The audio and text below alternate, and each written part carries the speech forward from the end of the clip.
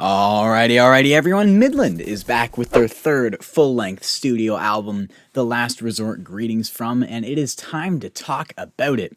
Midland, the group I've never been shy to praise as my favorite country act at present. I've repeatedly expressed my love for their debut album On the Rocks, which remains one of my favorite albums of all time. They are back with, as I said, their third official studio album, The Last Resort Greetings From. It's been an interesting journey to get to where we are today because this album has been known of by the general public and waiting in the wings for pretty much an entire year at this point. In the first quarter of 2021, as the pandemic began to fizzle out, the trio dropped a surprise documentary with an accompanying soundtrack that exclusively featured songs written and recorded by the group down at the famous Sonic Ranch studio before they had even launched as an official group or even agreed on a name. My review of that record is up on the channel if you want to go check it out. Overall, I thought it was a really cool insight into the origin of the group. It gave me a more educated perspective on their come up. I also found it cool as a fan because you could really see the seeds for On the Rocks being planted, whereas beforehand that record seemed like an out-of-the-blue smash, but with access to these old recordings, you could really see how their sound shaped up and came to be, and I think you can draw a lot of parallels between songs on the two records, even though the only song from the Sonic Ranch that got studio treatment was 14 Gears, which ended up landing on their sophomore album Let It Roll in 2019. But furthermore, the Sonic Ranch also gave me a whole new appreciation for Jess Parker Carson, who often fades into the background whether it's intentional or not. From the outside, he's definitely the most reserved, subtle member of the group, but through that documentary, you sort of got to see how Jess is really the mastermind behind a lot of what Midland goes through with. I mean, pretty much that entire Sonic Ranch album is Jess Parker Carson's solo rights. And even though all three members, along with some familiar names like Shane McAnally and Josh Osborne, are all credited as writers on the bulk of these songs, I've definitely begun to respect and notice Jess Carson's input more and more. And in fact, he is solely responsible for one of my favorite songs on the entire record, which I will get to soon. But shortly after that whole surprise event took place, the group announced a brand new EP, The Last Resort, which after a single or two eventually dropped in July of 2021. My review of that EP is also up on the channel, but all of those songs featured will obviously be mentioned in this video as well. Just figured I'd point that out in case it is of interest to you. I felt incredibly positive about that EP. It showed off a slightly more soft rock-driven sound, whereas previously Midland's sound had been very neo-traditional, smooth country drenched in some gloss circa 1973, as they themselves say on Cheatin' songs. I thought this new sound opened a lot of doors for creativity, uncovered a lot of roads for them to potentially go down. It's not really a criticism, but the only thing I was left wanting from that EP was more. It felt as if the ideas brought to light on the EP weren't justly explored. I was really interested to see how those songs would fall together, and how they could bridge the conceptual gaps when placed in the context of a full album. And look, even if I wasn't the biggest fan of how this album got rolled out with 7 of the 12 songs being available before the technical release date, the fact of the matter is the album is finally here. I got what I asked for, and man did it deliver. Conceptually, this is easily Midland's strongest album to date. It's by far the most clear and focused because while their first two records, On the Rocks and Let It Roll, had loose themes and musical ties gluing themselves together, The Last Resort features a specific, well-orchestrated storyline with the same musical focus to hold everything together perfectly.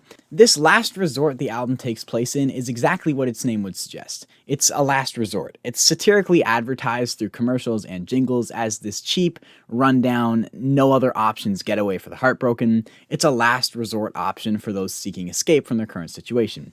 And although that may seem like a slight overanalyzation given the fact that a lot of these songs are much more driving and upbeat than Midland's previous work, what struck me as I began listening to this album more and more is the slight hints of underlying sadness that make this record so compelling and fascinating to follow along with. Whereas the upbeat moments on Let It Roll are genuine, confident, feel-good songs that relish in a positive environment, the happy songs on The Last Resort feel much more like a mask with a smiley face. They're much more there in a failing attempt to fill a void rather than soak in any true happiness. As I paid more attention, I just kept finding little lines snuck in here or there that really added some gloomy undertones, and I find that clash of outward presentation versus inward emotion super intriguing, and I think it makes for a great listen. I'm not saying these songs aren't meant to be fun. It's not that I'm gonna go listen to Two Step when I'm sad. The songs themselves are a great time with some fun energy you won't find anywhere else, but the fact you can look deeper into these songs and find little clues that uncover a whole different meaning is what makes this album so special. As I said when referring to the original Last Resort EP, this album sees the group lean a lot more in a soft rock direction. I believe I said this in my review, but along with this new variation in sound, the Eagles' influence becomes undeniable. Ever since Midland started gaining momentum, the trio of harmonies drew instant connections, but come on. King of Saturday Night is somewhere in the Eagles catalog, and you cannot convince me otherwise. The super defined drums, the rocking electrics, the saxophone, the harmonies, Cameron Duddy's lead vocal, it all screams Eagles. Honestly, maybe too much to the point where it feels so much like an Eagles song, it doesn't feel like I'm listening to Midland. It's almost too reminiscent of their influences. But outside of that, the rest of the album is just killer.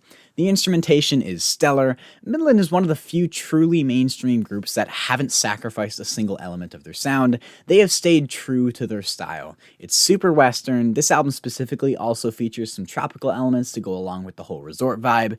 It's still just as lush as anything else Midland has done. The instrumental palette is just enormous. You've got so much variety, whether it be an accordion, a saxophone, every type of guitar you can imagine, acoustic, steel, electric, classical. The drums are all rich and organic. You've got pianos. Speaking of pianos, there's even a tacky old school electric piano on one of the songs that just really helps the music feel tastefully dated. One of this album's strengths, I think, is the variety it provides while still feeling cohesive with a sense of direction. You've got moments like the opener and title track that sound like the backing track to a commercial with the marimbas, the tropical percussion, the melody is so infectious, it almost feels like a major key version of the melody from Put the Hurt on Me. There's also tracks like And Then Some, which has grown to be one of my favorite Midland songs to date. The production on that thing just flourishes from front to back. The way the harmonies guide the melody through the chorus, the way those major seventh chords open up the verses and just bleed out a little. I feel like I'm driving on a cloud while I listen to that song. Similar to Let It Roll, although Mark, the lead singer, sings lead on pretty much every song, both Jess Carson and Cameron Duddy still get their own solo moment on the record that gives them a chance to step into the spotlight. I already mentioned King of Saturday Night, which is a solo write from Cameron Duddy, and the one he takes lead on, but it would be a crime if I didn't talk about Jess Parker Carson's solo write and performance, Life Ain't Fair. Life Ain't Fair is this incredibly breezy, acoustic song about the relentless nature of life. The clock is never going to stop ticking. It's your job to keep up. You can't just ask to be let off at a certain point. This big wheel's going to keep on spinning. It really calls back to their Sonic Ranch album, specifically reminiscent of Will This Life Be As Grand, only with more touched up production. The recording is a little more crisp and the singing is improved as you'd expect given it's 6 years later. Overall, I just find it a really pretty change of pace that I think adds a lot of perspective to a record much more focused on instant gratification. Up until that point, and after that song, the whole album's kind of focused on clinging to a lifestyle to distract from their problems, but here I think Jess just provides a really pleasant, zoomed out moment that helps really ground the morals of the album. Outside of that, some other obvious penmanship highlights would have to be the original single that kickstarted this whole Last Resort era, Sunrise Tells the Story. I've discussed it multiple times on the channel before, but it hasn't faded on me whatsoever. I still love the way they paint an affair as a crime scene and leave nature to be the witnesses. In general, I find the writing on this album very consistent, which is one of the major benefits you get from having a super tight writing circle across an entire album.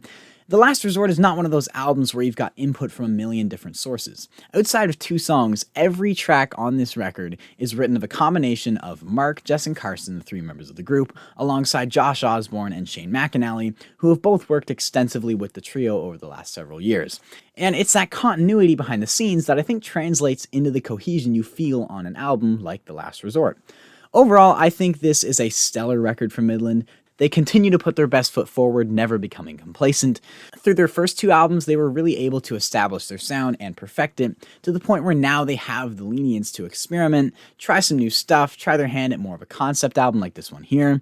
I'm really glad they chose to fill out this EP into an entire album because although the EP is still a 5 for 5 smash, the whole album allows you to get a lot more invested. They were able to expand upon the ideas and sounds they threw at us on the EP and create something really special. If I had to give a criticism, I think think as the album progresses, sonically, they start bouncing around a lot and it just doesn't transition all that smooth. I also think Bury Me in Blue Jeans feels a little out of place. It almost feels like a song off of Thomas Rhett's Centerpoint Road if the producers didn't have access to a dubstep board. It's not bad. I definitely think lyrically it slides right in, but sonically and musically, it just doesn't feel nearly as substantive as the rest of the album.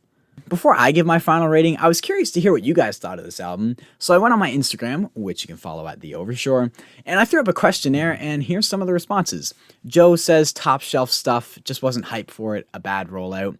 I completely agree. Given how big of a Midland fan I am, even I was shocked at how anticlimactic this whole album rollout felt. Noah describes it as very good neo-traditional ear candy that is inoffensive and very appealing. 8 out of 10. That's a term I gotta use more. Ear candy. Hayden says 2 to 2 Step needs to be a single, and I could not agree more. That song is an absolute heater, and seeing how poorly Sunrise tells the story performed on radio, I think a more upbeat driving song like 2 to 2 Step would be a clever choice if they're looking for a sneaky little hit. Vaughn says everything is perfect except the Post Malone lyric in Paycheck to Paycheck. I forgot to mention that during the beef of this review, but I actually really like that detail. It definitely caught me off guard to hear Mark Wisetrack name drop Post Malone in the middle of a country song, but I think it's really funny, and I'm also using this as an excuse to once again ask Post Malone, if you're watching this video, I know you've got an album coming in June, which I'm very excited for, and you know what? Some of the songs you've leaked have sounded pretty intense, pretty compelling, but man, I need that country album. You can't cover Brad Paisley and Sturgill Simpson as good as you did and not expect me to wait patiently for that country album. It has to happen now. It's too late. It is set in stone. It's happening. It has to. But with that, it is time for my rating, and I'm feeling really good about this one. I'm going to give Midland's Last Resort Greetings From a 9 on the dot. This album is pretty much all I could have asked for. Anyways, that is all I've got for you guys today. Be sure to let me know what you thought of this album in the comments below. Links to my Instagram, Discord, and podcast are all down below in the description. Be sure to check those out. If you enjoyed this video, a like really does help the channel out. If you're new and like what you see, maybe consider subscribing. I promise I'm not going to go on another 3-week hiatus like I just did. Look, grade 12 is stressful, man. My English teacher just made me write an essay about Oprah Winfrey's Golden Globe acceptance speech. What? Bro! Miranda Lambert dropped an album. I don't have time to find rhetorical devices in a celebrity speech.